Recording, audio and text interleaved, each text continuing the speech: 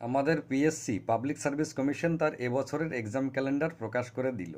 যারা ঘরে চুপচাপ বসেছিলেন রাজ্য সরকার পরীক্ষা স্থগিত করে দিল বলে পড়াশোনার সমস্ত কিছু ছেড়ে দিলেন, আমি তাদেরকে বলেছিলাম মরবো বলে করবো না, বাঁচলে খাবো কি, পরে কিন্তু ভুগবেন, সমস্যায় পড়বেন। সুতরাং পড়াশোনা চালিয়ে যান। রাতারাতি যদি রাজ্য সরকারের সমস্ত সমস্যার সমাধান হয়ে যায় তাহলে কিন্তু উনি পরীক্ষা ঘোষণা করে দেবেন। আপনি কি রাতারাতি প্রস্তুতি নিতে পারবেন?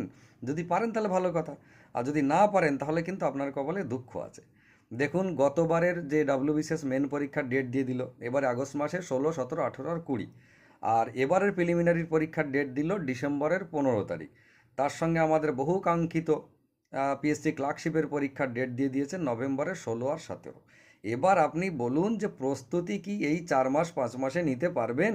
মেরে কেটে 4.5 মাস সময়। অনেকে আমাকে খারাপ কথা বলেছিলেন, আমি নাকি খালি ব্যবসা বুঝি, পরীক্ষা হওয়ার নামে খোঁজ নাই, ছেলেদের খালি পড়তে বলি। এবার বুঝুন।